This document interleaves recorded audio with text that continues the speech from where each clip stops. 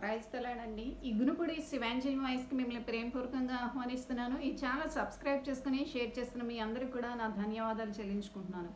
ఈ రోజున మరి బైబిల్ నుంచి అనేకమైన సత్యాలు తెలుసుకోవడం జరిగింది. అంటే మనం ఈ సృష్టి యావత్తు కూడా ఏ రీతిగా నిర్మించబడింది దేవుని యొక్క మాట ద్వారా, అలాగే ఆయన మనుషుల్ని ఏ విధంగా చేశారు నేల మంటి ద్వారా, అలాగే ఈ సర్వ సృష్టిని చేసిన దేవుడు వారికి ఎలా అధికారం అప్పగించారు, అలాగే వారు దేవుని యొక్క మాటకు అవిధత చూపించకపోవడం ద్వారా వారి యొక్క జీవితాలకి పాపము అలాగే శాపము మరణం అనేది వారి జీవితాల్లోకి ఎలా వచ్చింది అనే అంశాలు కూడా తెలుసుకున్నాం.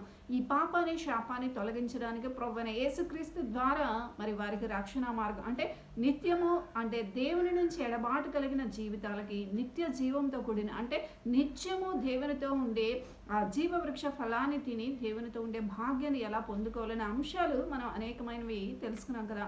ఈ రోజున ఆదికాండం 4వ అధ్యాయం నుంచి కొన్ని వచనాలు ధ్యానించుకుందాం. వాటికన్నా ముందుగా చిన్న ప్రార్థన. యేసయ్య గొప్ప దేవుడానికి వందనాలు, శ్రేష్టమైన జ్ఞానంతో మీరు మాతో మాట్లాడమని యేసు పరిశుద్ధ నామమున ఈ ప్రార్థన సమర్పించుకుంటున్నాం తండ్రి, ఆమేన్. ప్రైజ్ ది లార్డ్ అండి. ఆదికాండము 4వ అధ్యాయం 1వ వచనం.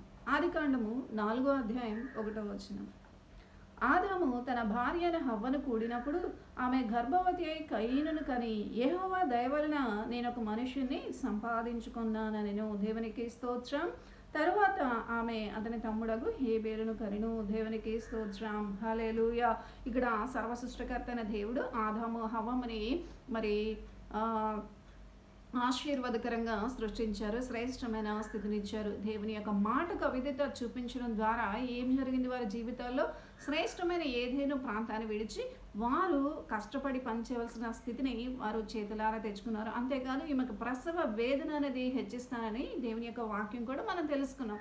దానిలో భాగంగా చూసుకుంటే ఈ రోజున గర్భఫలం అనేది దేవుడిచ్చు బహుమానం. 127వ కీర్తన కూడా ఈ రీతిగా సెలవిస్తుంది కదండి. ఒకసారి చదువుతాను. కుమారులు అంటే కుమారులైనా కుమార్తెలైనా సరే యెహోవా అనుగ్రహించు స్వాస్థ్యము, గర్భఫలము ఆయన ఇచ్చు బహుమానమే, దేవునికి స్తోత్రం. హల్లెలూయా. అంటే గర్భఫలము యెహోవా ఇచ్చు బహుమానం. ఇక్కడ హవ్వమ్మ ఏం చెప్తుందండి, ఇక్కడ యెహోవా దయ వలన నేను ఒక మనుషుని సంపాదించుకున్నాను, దేవునికి స్తోత్రం. హల్లెలూయా. అంటే గర్భఫలం అనేది దేవుడిచ్చే బహుమానము. అంటే ఒక బిడ్డ మన జీవితంలోకి రావాలంటే ఎవరి దయ కావాలండి, దేవుని దయ కావాలి. అంతేకాదు దేవుడు జ్ఞాపకం చేసుకోవాలి.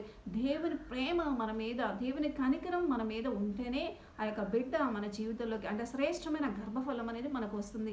అంతేగాని ఏ మనుషుని వల్ల కూడా అంటే ఈ రోజున చాలామంది ఎలా ఉంటారంటే మాకు గర్భఫలం లేదు అని ఆ టెస్ట్ బేబీ సెంటర్స్ ఉంటాయి కదా, అక్కడికి వెళ్తారు, ఇక్కడికి వెళ్తారు, లక్షలు పోసి ఆ టెస్ట్ బేబీ సెంటర్స్కి వెళ్ళి మేము బిడ్డను పొందుకోగలం అని వారు ధీమా వ్యక్తం చేస్తూ ఉంటారు. దాని ద్వారా అయినా సరే వారికి బిడ్డలు పుడతారా అంటే చాలామంది జీవితాల్లో చూడండి చాలా ఫెయిల్యూర్స్ కనిపిస్తాయి. అవన్నీ కూడా సక్సెస్ అయినట్లుగా ఎక్కడ కూడా లేదు. అంటే అన్నీ సక్సెస్ అయినట్లుగా లేవు. అంటే ఏదో ఒకటి సక్సెస్ అయ్యి బిడ్డలు జన్మించినట్లుగా చూస్తున్నాం. ఆ యొక్క బిడ్డ అనేది టెస్ట్ ట్యూబ్ బేబీస్ ద్వారా కానీ లేదు ఒక వివాహమైన భార్యాభర్తలకు కానీ బిడ్డలు ఇచ్చారు అంటే గర్భఫలం అనేది వచ్చింది అంటే ఎవరి దయ, దేవుని దయబట్టే ఆ యొక్క గర్భఫలం వచ్చింది. అది ఏ రీతిగా వచ్చినా ఒక బిడ్డ జన్మించాలన్నా ఈ లోకంలోకి రావాలన్నా ఆయన సంకల్పం లేకుండా ఏ బిడ్డ కూడా ఈ లోకంలోకి రారండి, దేవునికి స్తోత్రం. హల్లెలూయా. 139వ కీర్తన కూడా ఈ రీతిగా సెలవిస్తుంది. చూలాలి గర్భంలో ఎముకలు ఏ రీతిగా నిర్మించబడుతున్నావో నీకు తెలియదు. అంటే చూలాలి గర్భంలో ఎముకలు ఏ రీతిగా ఒక బిడ్డ పిండముగా ఉన్న బిడ్డ ఏ రీతిగా నిర్మించబడుతుందో మనకు తెలియదు. అంటే ఆయన సంకల్పంలో ఆయన చిత్తంలో ఉన్న స్థితిని బట్టి అంటే ఒక ఏ టెస్ట్ ట్యూబ్ బేబీ సెంటర్ ద్వారా అయినా సరే ఒక బిడ్డ జన్మిస్తుందంటే అది వానంతటి వారు క్రియేట్ చేయలేరు, కానీ సర్వసృష్టికర్తన దేవుడే ఆ బిడ్డకి సమస్త అవయవములను కూడా ఇచ్చి ఒక పూర్తి ఆకారంతో కూడిన శిశువుగా మరి జన్మింపజేస్తారు. దేవునికి స్తోత్రం, హల్లెలూయా. అంటే ఈ రోజున గర్భఫలం అనేది దేవుడిచ్చే బహుమానం. దేవుని దయ లేకుండా, దేవుని కృప లేకుండా, దేవుని కనికరం లేకుండా, లేకపోతే దేవుడు మనల్ని జ్ఞాపకం చేసుకోకుండా మరి ఏ బిడ్డ కూడా ఈ లోకంలోకి రాలేడు. అంటే ఆయన జ్ఞాపకం చేసుకోకపోతే మనకి గర్భఫలం అనేది లేదు. ఆయన దయ ఉంటేనే మనకి గర్భఫలం అనేది వస్తుంది. మరి సమూయేలు గ్రంథంలో చూసుకుంటే 1వ సమూయేలు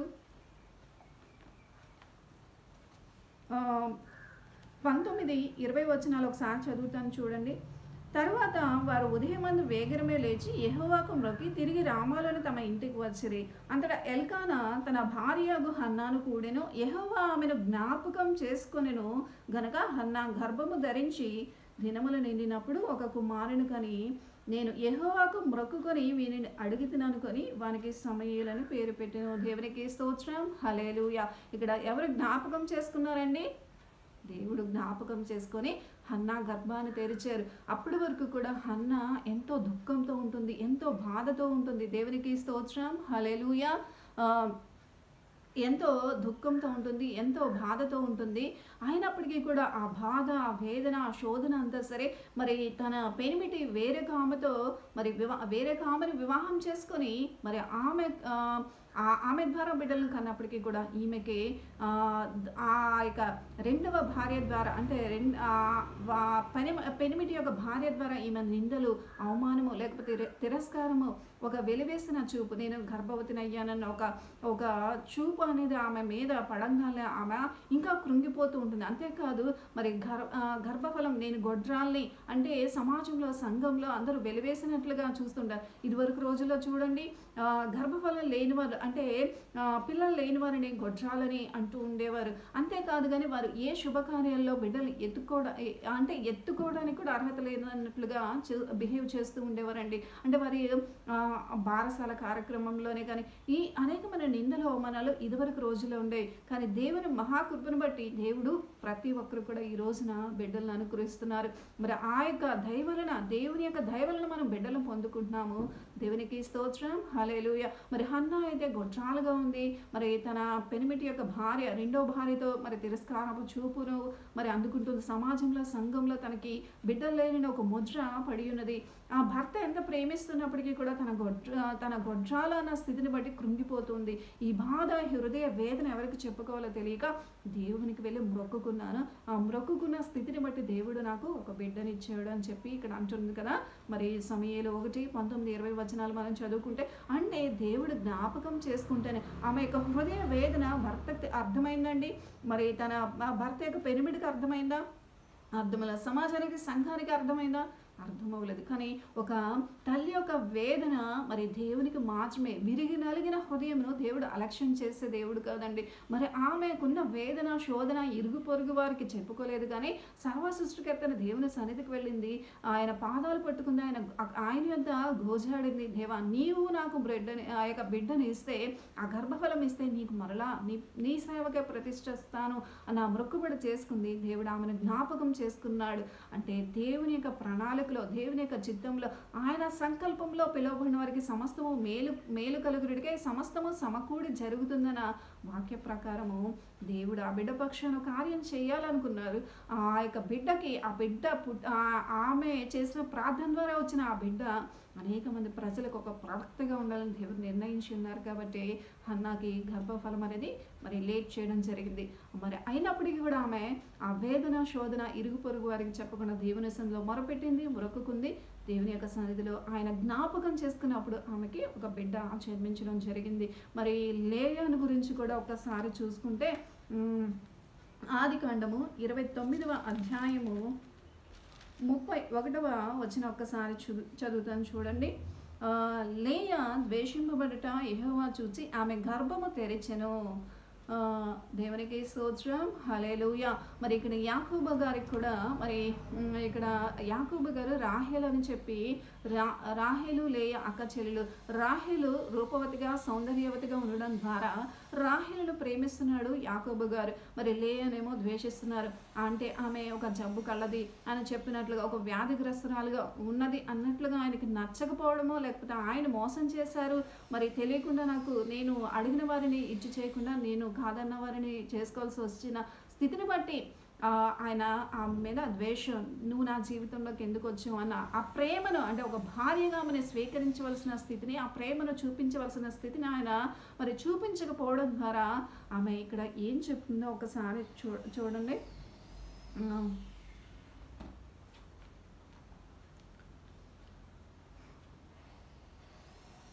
లేయా ద్వేషింపబడట దేవుడు చూశారు. ఎవరి చేత?